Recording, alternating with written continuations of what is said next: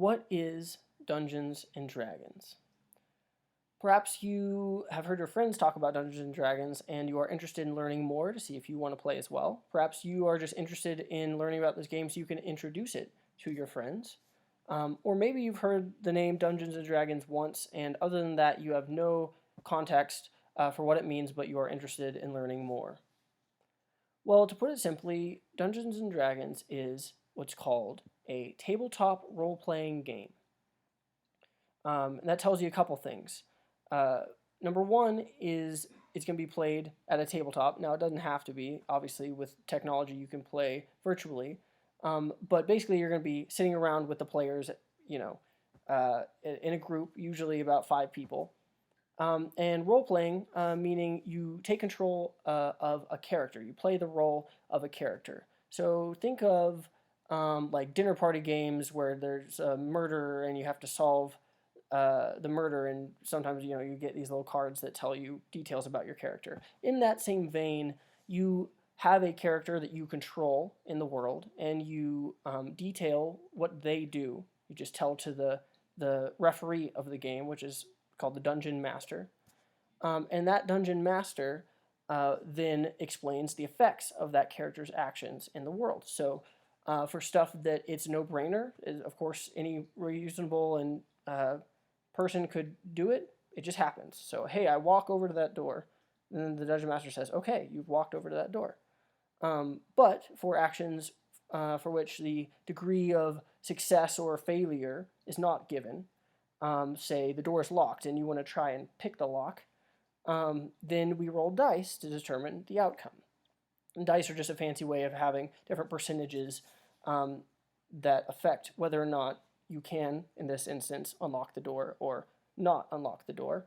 And those statistics, those percentages, are affected by your character's stats, their abilities, which are essentially rankings, numerical rankings, of how good your character is in a certain set number of attributes, like strength, right? How strong are you? Intelligence, how smart are you, right? So if you are someone who, or rather your character is someone who has a skill set that makes them very good at picking locks, their percentage chance of picking that lock is going to be higher. And then let's say you roll the dice, it's a success. The Dungeon Master says, yes, you've unlocked the door.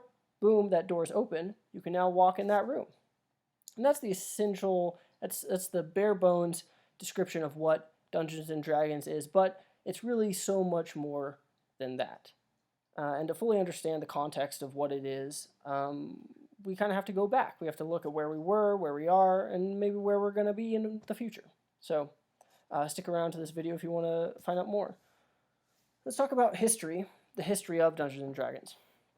So D&D was created by Gary Gygax and Dave Arneson in the 70s. It comes from a different hobby called wargaming, and I think it's important to understand the heritage of Dungeons and Dragons in wargaming to really understand why certain rules are the way they are, certain terms are called what they are, and really why D&D has such a fixation on combat. And it really all comes from its heritage in wargaming. Now, wargaming is another nerdy hobby, but essentially, and it was far more popular, I think, at the time. It obviously still is played a lot, but it's a hobby where you, on a table, on some sort of large surface, essentially create or recreate a battle from history or from your imagination between two or more factions of armies that are represented on the table using sometimes miniatures, sometimes little blips of paper. But essentially, there are rules for how these little blocks of troops interact, and as you command your forces, you essentially get to play armchair general, right? So it scratches that itch for anyone who wants to marshal their troops and be a tactician and have the right strategy. And if you read Sun Tzu's The Art of War and are like, hey, that's really cool, maybe wargaming's for you. But essentially, Dave Arneson and Gary Gygax were coming from this context of wargaming, and they decided to write their own wargaming rule set, and that was called Chainmail. Now, Chainmail is kind of seen as the spiritual ancestor of D&D because not only were they including rules for like Saxons and Vikings and whatever else, they were also like, wouldn't it be cool if we could take stuff from fantasy, from these Lord of the Rings books that we're obsessed with at the time, and battle them as well. So those Vikings are now battling a dragon or hobbits or whatever, right? So they wrote rules into Chainmail for fantasy, and essentially like chocolate and peanut butter combined fantasy and wargaming to create what would become Dungeons and Dragons. Now, didn't immediately become Dungeons and Dragons because Chainmail wasn't quite a war or a role-playing game. It was more of a wargaming game, and it wasn't until they wrote their first version of Dungeons and Dragons that they said, "What if instead of controlling large blocks of units and only caring about the battle, we control one single soldier, and we care about who they are, what happens to them, both in and outside of the battle, and we follow them on their own specific adventure." And bam, they created role-playing games. You take the role of a character, you control their actions, and you can definitely see in the early versions of D&D that they really hadn't shaken off the effects of wargaming. How everything was framed the same way that war games were framed. In fact, like campaigns, right? The reason we call a D&D a series of D&D sessions a campaign is the it comes from a literal campaign that you would run in a war game, like World War II, the Eastern Front or whatever. In fact, like Gen Con, which obviously now is a huge convention for all things nerdy, started out as a wargaming convention. It's abbreviation for the Geneva Convention. A little play on words there that they're going to be like, we're going here to, marshal our troops and essentially, recreate battles from history. So, D&D, in its ancestral form, comes from these types of war games, but it evolves into something completely different, which the best way I can describe it is by saying it is cooperative, semi-improvisational storytelling. We're going to get together, we're going to cooperatively, collectively, tell a story. Now, the story has limits to it because of the rules, but it also is unlimited because of human imagination. Like, while a rule can say, hey, if you don't have wings or don't have magic or anything that allows you to fly, you can't fly. You walk around on your own 2 feet. There's still the human imagination that can be like, well, I'm going to walk over to this way, and I'm going to talk to that guy, and I'm going to say this. And there's no accounting for all the innumerable different things that people can come up with and ways that they can solve problems. So in a way, role-playing and this cooperative storytelling allows us to play a game to simulate life and to make anything possible. Which is why you hear people being like, what do you do in D&D? And it's like, well, you can do anything. Or at least you can try to do anything. And the dice might help you or they might hinder you. But it's a game, quote unquote, but with no winning. There's no goal. There's no victor. The goal of the game is to have fun. And I guess you win by telling a very vibrant and fun and engaging story.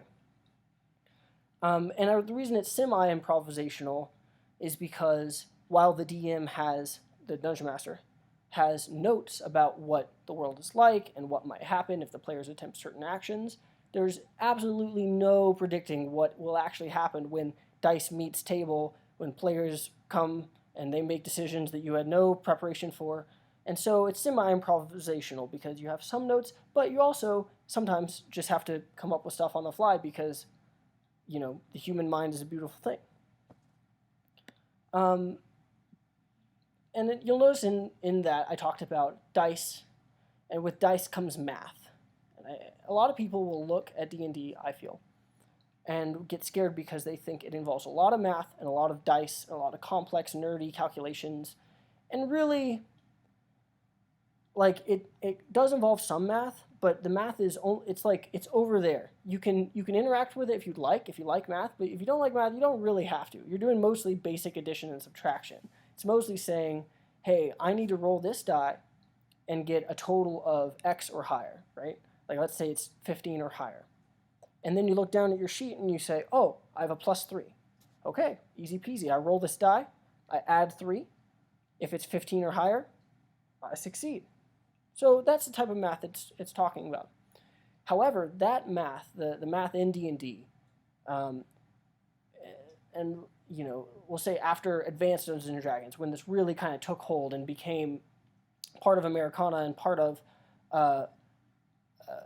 pop culture, has had such a huge legacy in video games, and movies and books. But a lot of what we get in video games, a lot of the terminology and the like even the term RPG stems from D&D. Hit points, which HP, health points, right? There's your armor. There's the idea of having stats, and different stats help you with different things, and you get different bonuses. Now, in my view, D&D is always going to be better than a video game because of aforementioned point about doing literally anything, like sitting down and having someone programming a video game on the spot and being like, "No, I want to go this way," and they're like, "Okay, I'll program that way." But it is interesting to see the touchstones in video games that D&D has had, and they're great if you are new to the game, to kind of make you feel comfortable. So a lot of that, looking through the reason the books are so thick is because there's a lot of rules and feats that you get to take and bonuses and things that you can interact with, much in the same way that you can in a video game upgrade your character, powers you can activate. And while those powers are awesome and they give your character detail, it by no means is the extent of what your character can do, because there's always that option of saying, hey, I know my character sheet says I can do this move and I can do this move, but I want to try something where I, use a bit of glass to catch the sunlight and shine it in that dude's eyes. Will I be able to do that, DM? And, then you roll dice and so on and so forth. But video games are a good touchstone, and they're the legacy as well, from this thing that, Gygax and Arson made 50 years ago by now. But there's also the role-playing aspect. A lot of people will, you have some people, they look at D&D and they're like, that's a lot of math and a lot of crazy calculations. I don't want to be a part of it. Like I said, it's not really that bad. Some other people's preconceived notions about D&D are the role-playing aspect. So they think more maybe towards the side of LARP, which stands for live action role play, which is like, if you've ever seen the movie Role Models, what that one kid was doing. It's essentially like pretending to be your character, like 100%. Like you're going out and you're fighting with foam swords and all that. But D&D is not that. It doesn't have to be any role-playing, really. If you want to, you can simply describe what your character does without ever acting as your character. Now, sometimes it's very fun to act as your character, and sometimes people bring props even to get them more into character. But the role-playing can be as engaging as you want it to be. It could, you can always be sitting there and be like, well, John the Paladin goes up and asks for a drink, instead of role-playing as John the Paladin and being like, I approach and I say, give me a drink, please, right? So there's always third person if you aren't comfortable with role-playing, but it is a part of the hobby that does exist. And it is, a certainly interesting aspect, especially for people coming from, acting, like theater kids, right? That type of mentality, if you go back to think about high school. And in fact, theater kids, quote unquote, have been some of the funnest players I've had in games because they're cool with hamming it up and they're so zany, and sometimes that role play really brings across the beauty of the hobby of D&D. And so there is that aspect to it as well. And it's such a multifaceted hobby. It's so hard to describe in a single sentence, which I think is why there exists this weird, block of someone's like, well, D&D, what's that? I've heard of it, but I'm not quite sure. And I've seen kind of some stuff in pop culture, but I'm not 100% sure if what I've seen is an accurate portrayal. Like, what actually is D&D? Well, it means something different to different people. Some people They see it as role-playing heavy. Some people don't. Some people see it as math heavy. Some people don't. But that same thing, the collective, cooperative, semi-improvisational storytelling, that's now out there as tabletop RPGs, and there are a bunch of different options. D&D is not actually the only one. In fact, it's the tip of the iceberg, because there's a bajillion different role-playing games for a bajillion different settings. So if you think of D&D as we get to tell our own story like Lord of the Rings, then there are role-playing games like Vampire the Masquerade, where we get to tell our own story as as dark, grim, gritty vampires, like akin to the Underworld series or whatever. Or you can think of there's Star Trek, a role-playing game where you get to play just like you get to create your own season of Star Trek, essentially. It's your own series. I think that movies and TV are excellent touchstones for describing what D&D is like and what people can expect and what type of characters they should make. A lot of the problems people fall into with D&D, in my opinion, is they don't have that conversation of what will this campaign feel like? Is it going to feel like a Saturday morning cartoon, which is fun, in my opinion? Is it going to feel like a Grimm's Fairy Tales type deal? Is it going to feel like XYZ? And that helps people create their characters, because obviously if you create a character who would fit best in a lighthearted cartoon like Avatar: The Last Airbender, which is another cool IP, right? You can make a role-playing game out of. They might not fit within a grim, gritty Witcher type universe, but you have that conversation beforehand, and you can tell these amazing stories that essentially get to be like you're watching your own show. You're and participating and creating your own TV show or serial movie series. And so those touchstones are very important in understanding D&D. And there are a bajillion different role-playing games to also go and explore for that same reason. In fact, there are generic RPGs that are just like, hey, this is the rule set. You can play it any setting you want. You want to do cyberpunk cowboys? Go for it. You want to do aliens meet magic? Go for it. You want to do Cthulhu set in the far future, but it's actually post-apocalypse and also this, you can do it, right? So that's another part of the beauty of tabletop role-playing games, which, a lot of people just be like, call it D&D, but that's really what they're talking about. So where are we now? We came from those wargaming people in the basement in the 70s talking about the swords, the different type of swords that the Saxons would use in this one battle in 13 whatever. I apologize because I'm not actually a history buff. But now where are we now? Well, Dungeons & Dragons at the moment is experiencing a renaissance. We're currently in the 5th edition, and it is gotten to a beautiful point in the hobby where it is, both men and women enjoying it, people from all ages, kids all the way up to, whatever age, people enjoying it, getting together, telling these collective stories. And there are more ways than ever to play. You can grab your friends and say, hey, I'm running a game of Dungeons & Dragons. You don't know what that is? Don't worry, you're going to like it. Come on down, we'll have some chips and soda, and it's going to be fun. You can get online. You can play over Discord or Roll20 or any of these online services. There are groups online that are just like meant for people to post and be like, hey, I'm looking for a player. I'm looking for a game master. I'm looking for X. There are more ways to play than ever before. And it is, there's no excuse not to jump in if you're interested. And it's not, and it shouldn't be intimidating. I mean, no worries if you feel that way, but really 9 out of 10 players you come across are going to be cool.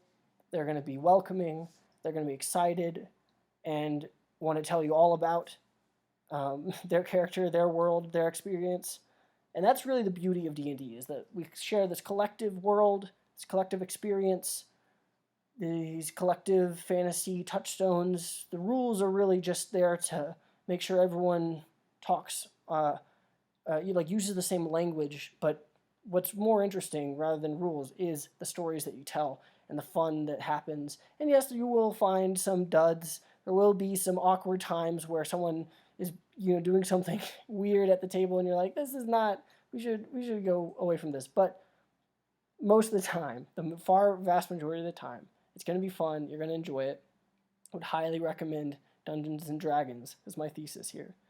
How do you get involved? If you would like to, well, obviously at the time, it may be difficult to go to your local game store, but if you don't have the books, I would recommend buying the books and supporting your local game store if you can.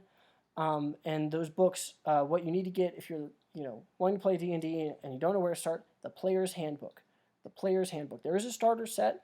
Buy that if you don't maybe want to drop the money on the full book yet, but really I would recommend skip the starter set and buy the Player's Handbook if you're sure you want to get into it and you just want a place to start.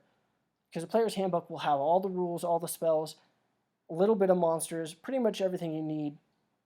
The other two books in the core three, there's the Player's Handbook, there's the Monster Manual, and that contains all of the monsters, all the rules for all the monsters, and the Dungeon Master's Guide, which explains how to run a game as a Dungeon Master. I would buy them in that order if you're going to buy all three, or you can buy them all at once. They sell an awesome collectible set that has all three and these alternate covers that are really cool. And be sure to support your LGS. They once things get back to normal, should be running Adventurers League, which is a weekly game that anyone can jump into. A great place to get started. But also, don't be afraid to start your own game with your friends. And remember this key piece of advice that rules come and go. What's more important is you have fun. So if you can't remember a certain rule and you're the Dungeon Master and you're new to this and you're running your first game, just make it up. Just be like, you know what, I would say that it's really hard for you to reach that area. So it's going to be, you have to make this type of check and you have to get this much. And that's difficult for your character, I know, but hey, that's, how hard it is to get up there. And then that makes it all the more sweeter when they roll that natural 20 and they do it, and it's becomes a story note that's, remembered for long time to come. Because that's what you'll remember, and you won't remember digging through the rules to find the exact wording of the exact rule you need. So that's what I have to say. That's Dungeons and Dragons. That's a brief overview. That's the tip of the iceberg. I highly recommend you try it out. Thanks.